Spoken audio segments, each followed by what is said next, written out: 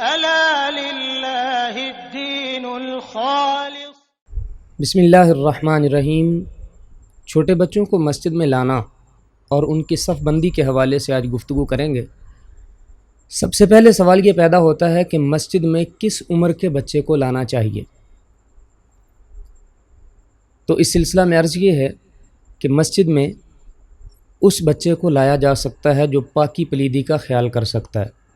اگر آپ کو اس بات کا اندیشہ ہے کہ بچہ مسجد میں پیشاب وغیرہ کر دے گا تو پھر مسجد میں بچے کو لانے سے منع کیا گیا ہے، کیونکہ رسول اللہ صلی اللہ علیہ وآلہ وسلم کی حدیث ہے، حضور نے ارشاد فرمایا کہ مسجدوں کو بچوں سے محفوظ رکھو۔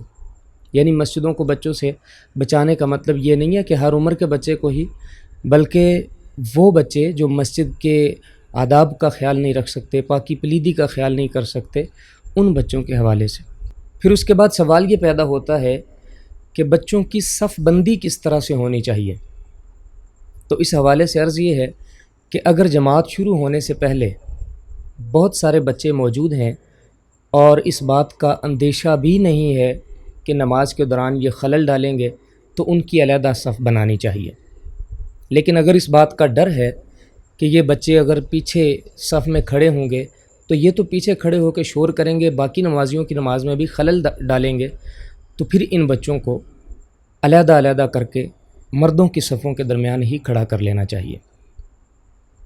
اور دوسرا سوال یہ پیدا ہوتا ہے کہ اگر بچہ صرف ایک ہے تو کیا اسے مردوں کی صف میں کھڑا کیا جا سکتا ہے؟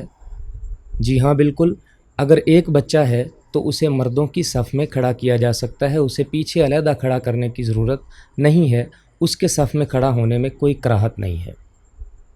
پھر اس کے بعد سوال یہ پیدا ہوتا ہے کہ جماعت شروع ہونے سے پہلے ہی بچوں کی صف کا انتظام تو کر دیا گیا تھا، لیکن جماعت کھڑی ہونے کے بعد اب کچھ لوگ آئے ہیں تو وہ پریشان ہیں اس حوالے سے کہ درمیان میں بچے کھڑے ہیں، وہ یہ چاہتے ہیں کہ ادھر ادھر کھڑے ہو جائیں، لیکن اب وہ ایک ڈاؤٹ ہے کہ درمیان میں بچے ہیں، پتہ نہیں نماز ہوگی یا نہیں، تو بعض اوقات یہ کوشش کی جاتی ہے کہ بچوں کو کھینچ کے جو ہے دھکیل کے پیچھے کر دیا جاتا ہے۔ تو ایسا کرنا جو ہے وہ بالکل درست نہیں ہے، کیونکہ یہ جو صف بندی کا خیال کرنا ہے یہ جماعت جب شروع ہو رہی ہے تب کرنا ہے۔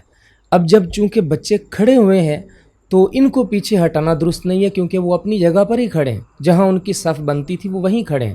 اب جو بعد میں آنے والے ہیں انہیں اس بات کی قطعی ضرورت نہیں ہے کہ وہ بچوں کو پیچھے ہٹاتے پھریں، اس طرح بچوں کی دل آزاری بھی ہوتی ہے اور انسیت جو ہوتی ہے، جو اللہ کے گھر کے ساتھ ایک مانوسیت بچوں کو ہم سکھانا چاہتے ہیں، وہ بھی ختم ہو جاتی۔ تو اس طرح نہیں کرنا چاہیے، بلکہ دائیں بائیں ہی بڑے آدمیوں کو بھی آ کے کھڑے ہو جانا چاہیے، ان کی نماز میں کوئی کراہت نہیں ہوگی، ان کی نماز بالکل درست ہوگی۔